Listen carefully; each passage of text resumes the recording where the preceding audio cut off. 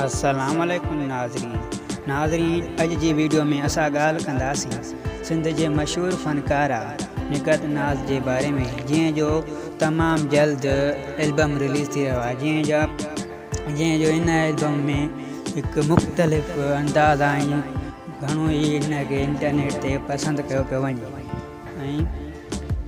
जो album release थींदो उन की तारीख़ होंगी 22 मार्च